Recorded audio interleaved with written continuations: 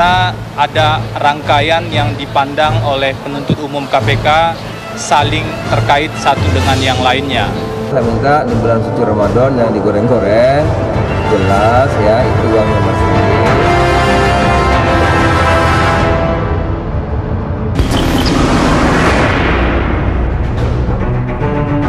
Upaya pemberantasan korupsi yang dilakukan KPK kembali mendapat sorotan. Kali ini perhatian masyarakat bermula dari proses persidangan kasus dugaan korupsi alat kesehatan yang melibatkan Menteri Kesehatan periode 2004-2009 Siti Fadilah Supari. Jaksa penuntut umum mencecar Siti Fadilah dengan pertanyaan bahwa sebagian aliran dana yang diduga menjadi bagian hasil korupsi alat kesehatan mengalir ke rekening Ketua MPR periode 1999 hingga 2004 Amin Rais. Sontak pertanyaan tersebut membuat Amin Rais dan sejumlah politisi dari Partai Amanat Nasional bereaksi keras. Mereka menganggap pernyataan jaksa penuntut umum tak berdasar, bersifat menduga-duga, bahkan dikaitkan dengan upaya kriminalisasi ulama. Nah, karena hal itu terjadi sudah 10 tahun yang lalu, saya segera merefresh memori saya. Pada waktu itu, Susno Bahir mengatakan akan memberikan bantuan keuangan tugas operasional saya untuk semua kegiatan sehingga tidak membebani pihak lain.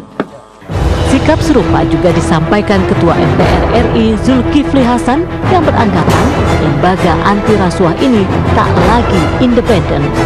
Saya minta bulan suci Ramadan yang digoreng-goreng, jelas ya itu uangnya Mas Riz. Pak Amin itu sama Mas Riz hubungannya mulai tahun 90-80-an udah lama. Dan di rekening itu ribuan orang dibantu Mas Riz, jumlahnya puluhan miliar. Pak Amin itu salah satu saja. Ya, jelas Mas Riz yang punya uang sudah menyampaikan. Nah, ya janganlah hukum dijadikan alat oleh pihak tertentu ya itu. Sejauh ini para pimpinan KPK enggan menanggapi tudingan-tudingan yang dituduhkan para pendukung Amin Rais. Menurut Febri Diansyah, juru bicara KPK, lembaganya akan terus bekerja dengan berdasar pada bukti yang dimiliki dan dimunculkan dalam persidangan. Febri menyatakan pihaknya tak akan sembarangan menyebut nama seseorang dalam proses sidang tanpa didasari bukti-bukti pendahuluan. Bahwa memang ada keterangan saksi dan bukti rekening koran karena ada rangkaian yang dipandang oleh penuntut umum KPK saling terkait satu dengan yang lainnya, yaitu pengadaan Alkesnya sendiri pada tahun 2005 yang merupakan penunjukan langsung sampai indikasi aliran dana dari PT Mitra Medi 2 tersebut ke sejumlah pihak termasuk SB Foundation atau Sutrisno Bakhir Foundation yang kemudian ada aliran dana pada sejumlah pihak. Seolah memberi reaksi, Rabu 7 Juni 2017, Amin Rais mendatangi gedung Dewan Perwakilan Rakyat RI untuk menemui Wakil Ketua DPR RI dari fraksi Partai Amanat Nasional, Taufik Kurniawan. Menariknya, pasca kunjungan ini, fraksi Partai Amanat Nasional yang semula menolak hak angket terhadap KPK, akhirnya mengirimkan utusannya dalam pansus hak angket. Lalu benarkah tuduhan ada sejumlah dana yang mengalir ke rekening Amin Rais dalam kasus korupsi alat kesehatan? Bagaimana pula KPK menjawab tudingan sejumlah pihak bahwa lembaga anti rasuah ini bisa dipesan atau diatur dalam proses penegakan hukum? Lantas apakah benar hak angket hanya dalih politisi Senayan untuk melemahkan KPK? Mari ikuti diskusi Indonesia Lawyers Club malam ini.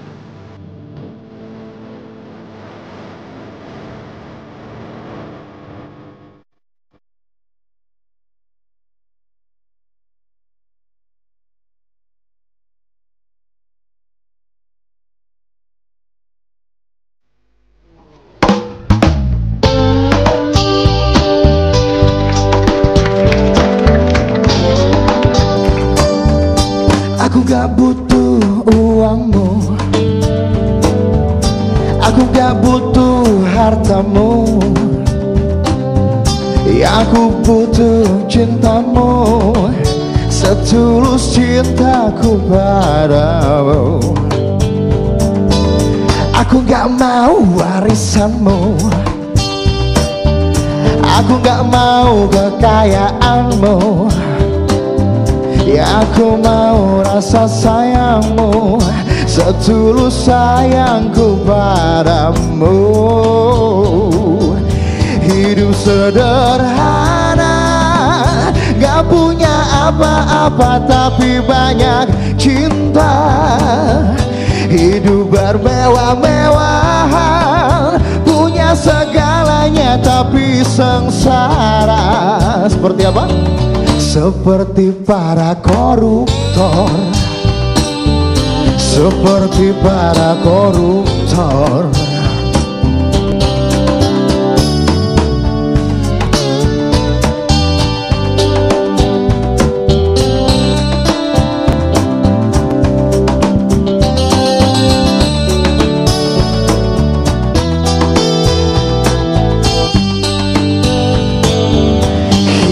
Sederhana, gak punya apa-apa tapi banyak cinta. Hidup bermewah-mewahan, punya segalanya tapi sengsara. Seperti para koruptor, seperti para koruptor. Oh, seperti para koruptor, seperti para koruptor, seperti para koruptor.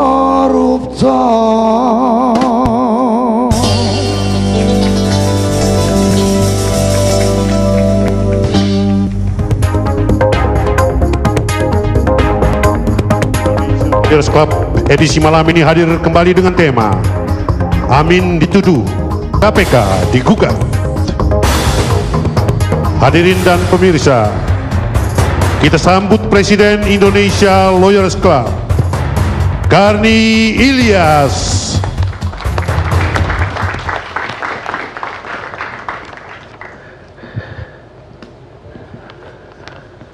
Pemirsa, malam ini kita bertemu kembali dalam diskusi berjudul Amin dituduh, KPK digugat.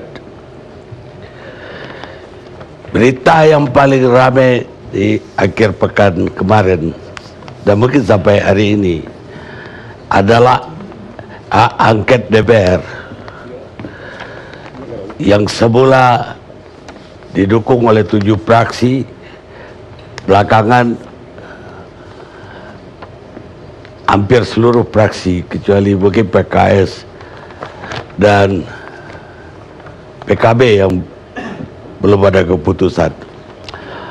Tapi angket akan jalan terus, kira-kira begitu dari DPR. Banyak kritik DPR terhadap KPK, dari anggaran sampai wewenang,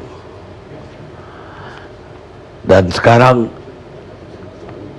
pertama kalinya maju ke dalam sidang hak angket dari DPR.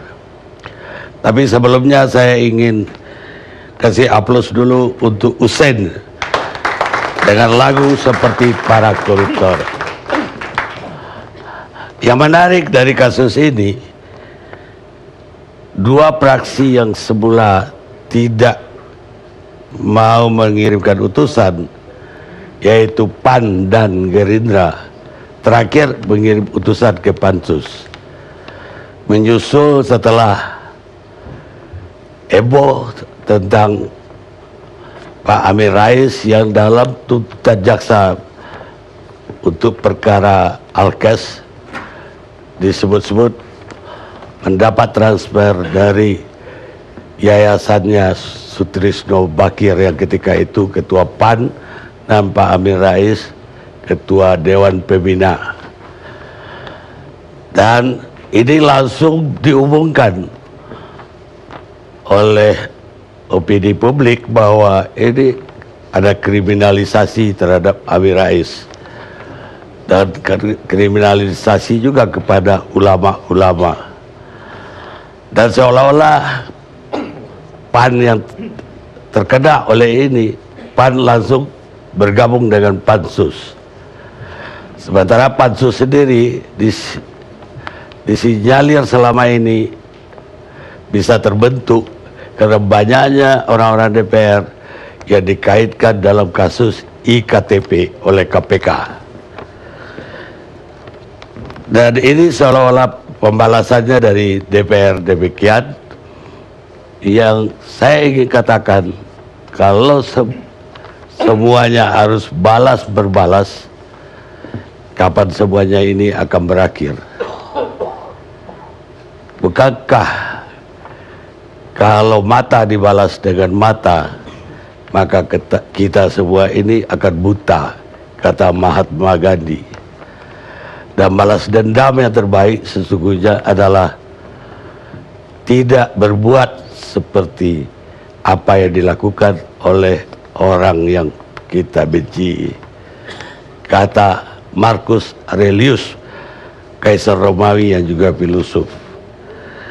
Pak Amin Rais malam ini ada di Tanah Suci dan lagi umroh.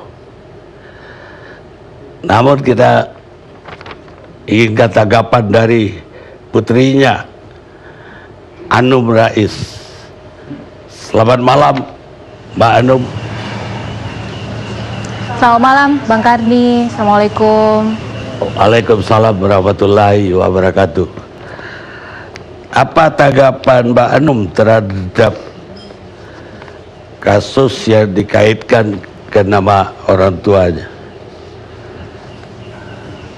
Ya, tentu saja pertama-tama kami sebagai putra dan putri Pak Amin Rais dan keluarga besar tentunya cukup terguncang ya, karena tuduhan yang serampangan yang tiba-tiba tanpa ada tabayun, tanpa ada konfirmasi, tiba-tiba jaksa KPK menyebut-nyebut nama Amin Rais di dalam kasus Alkes ini.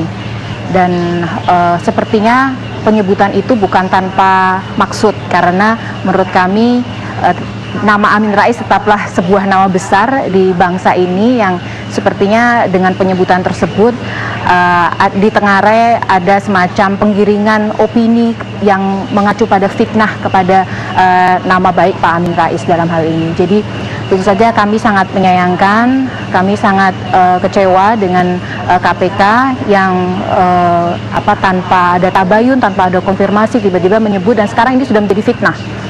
Kalaupun saya mempunyai waktu diberikan di ILC ini untuk mengklarifikasi, untuk meluruskan, itu tidak akan mengkoreksi fitnah yang sudah terjadi. Karena fitnah sesuatu yang berjalan secara abadi meskipun kita semua sudah mati. Anda katanya bikin tulisan, saya nggak tahu apa di Facebook atau di Instagram yang jadi viral di masyarakat.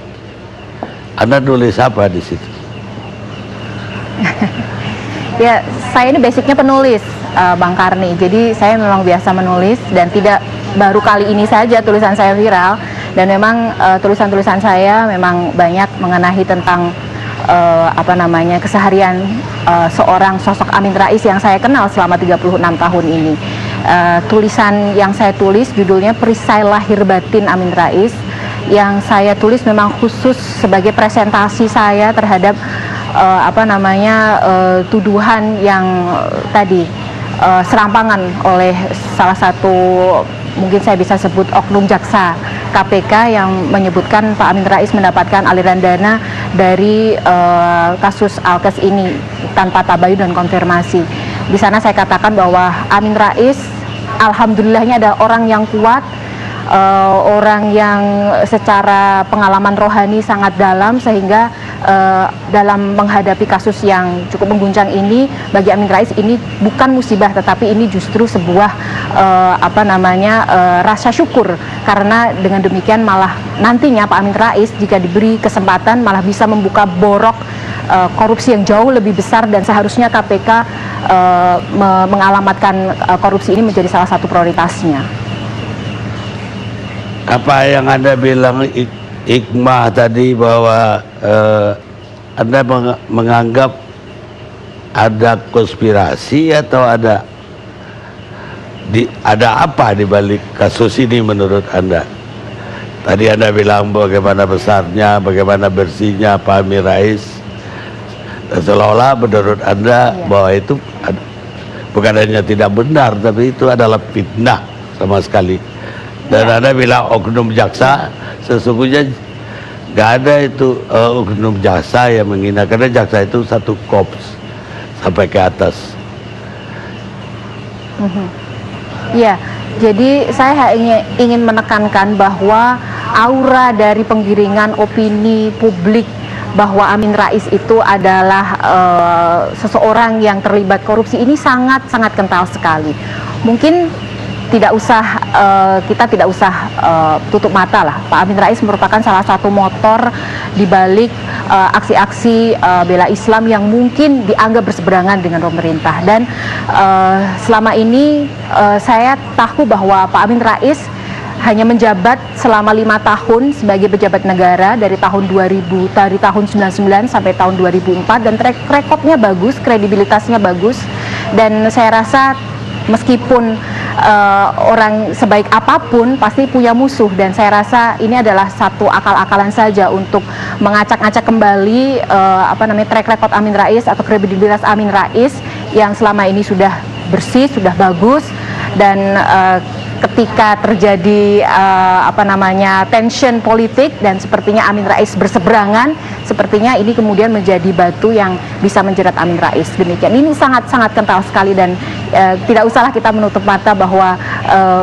penyebutan Amin Rais itu sekarang sudah menebar kemana-mana, menjadi fitnah, dan bahkan KPK pun mau ditemui oleh Bapak menolak, padahal beberapa waktu yang lalu ada seseorang yang sudah jelas-jelas dikatakan oleh BPK sangat mungkin terlibat di dalam kasus reklamasi maupun sumber waras, diterima dengan baik, bahkan diberikan kredit, tidak ada niat jahat dalam kelakuannya. Jadi ini sesuatu yang sangat mengusik rasa keadilan, bahkan menghina rasa keadilan menurut saya, Bang Karni. Anda mengatakan bahwa Pak Amin Rais Anda nilai berseberangan dengan pemerintah sehingga terjadi penyebutan nama ini. Tapi di lain pihak, KPK sendiri kita tahu adalah lembaga yang independen, lembaga yang bukan di bawah kekuasaan pemerintah. Apakah Anda mencurigai bahwa KPK bisa juga dikasih pesanan? Ya, semua sangat mungkin. KPK bukan suatu lembaga malaikat yang tidak pernah mungkin tidak bisa salah. Kita lihat track record KPK pun, ketua KPK juga pernah mengalami suatu skandal kasus yang cukup memalukan dan sebagainya. Jadi saya kira kita tetap berprasangka baik bahwa kita juga punya optimisme terhadap KPK, tapi tentunya ketika KPK yang kita harapkan bisa bekerja secara profesional, tidak serampangan, dan justru seharusnya memprioritaskan perkara-perkara yang jauh lebih besar angka-angkanya, tidak hanya yang recehan dan tidak hanya dengan serampangan menyebut nama orang ke sana dan kemari. Seharusnya kita masih bisa berharap KPK ke depan bisa lebih diandalkan kembali, dan mudah-mudahan dengan hak angket nanti seharusnya KPK juga bisa lebih berani mengungkapkan, justru jangan malah mengajak publik atau mempengaruhi publik untuk menolak hak angket. Hadapi saja secara jujur, secara objektif, kemukakan fakta-faktanya, dan mudah-mudahan ini justru malah menjadi titik balik yang bagus untuk KPK ke depannya. Seperti itu, Bang Karni. Apakah menurut Anda kasusnya Pak Amin Rais yang disebut-sebut oleh KPK ini justru mendorong hak angket ini dilahirkan oleh DPR? Setahu saya sebelum kasus Alkes yang kemudian menyebut-nyebut nama Pak Amin ini, sebetulnya kan hak angket sudah diajukan oleh beberapa partai, dan Kemungkinan saja, hanya kebetulan saja ini beberapa fraksi yang tidak mengirimkan utusannya, baru sekarang-sekarang ini mengirimkan utusannya. Saya merasa sebaiknya KPK tidak perlu, dan kita juga seharusnya prasangka baik ya dengan adanya hak angket ini, karena ini justru sesuatu yang baik. Contohlah Pak Amin gitu, ketika dia dituduh dengan serta-merta dengan serampangan oleh KPK, justru beliau menunjukkan integritasnya, menunjukkan bahwa dirinya kesatria, melaksanakan sebuah konfres, kemudian dengan jujur, dengan tanpa menutup-nutupi, tidak keder mengatakan bahwa apa yang seharusnya dia katakan. Begitu pula dengan KPK, ketika ada hak angket ini ya terbuka saja, jangan bersikap pelintutan gitu. Jadi terbuka saja, katakan yang sejujurnya, jangan malah meminta presiden segala untuk mengintervensi dan sebagainya. Saya kira seperti itu yang seharusnya dilakukan oleh KPK terhadap hak angket. Sebelum saya wawancara ini apa Anda nelpon ke Tanah Suci, nelpon Pak Amin Rais? Enggak. Anda tidak laporkan? Saya hanya gimana? Anda tidak melaporkan bahwa Anda mau diwawancarai malam ini? Pak Amin Rais tidak berkenan untuk berkomunikasi selama melaksanakan umroh, dan saya sangat hargai itu karena ini ibadah. Jadi beliau fokus. Saya hanya diberitahu oleh produser bahwa mereka telah memburu Pak Amin tetapi tidak berhasil, jadi yang diburu saya gitu untuk acara malam hari ini. Dan saya dengan senang hati karena saya sebagai anak mempunyai waktu atau memberikan pembelaan terhadap ayah saya yang memang saya tahu beliau adalah sosok yang bersih, yang sederhana, yang bersahaja, dan tidak mungkin melakukan hal-hal yang dituduhkan oleh KPK. Terima kasih Mbak Anum atas keterangannya. Selamat malam, sampai bertemu. Sama-sama Bang Kardi, malam. Pemirsa, kita rehat sejenak.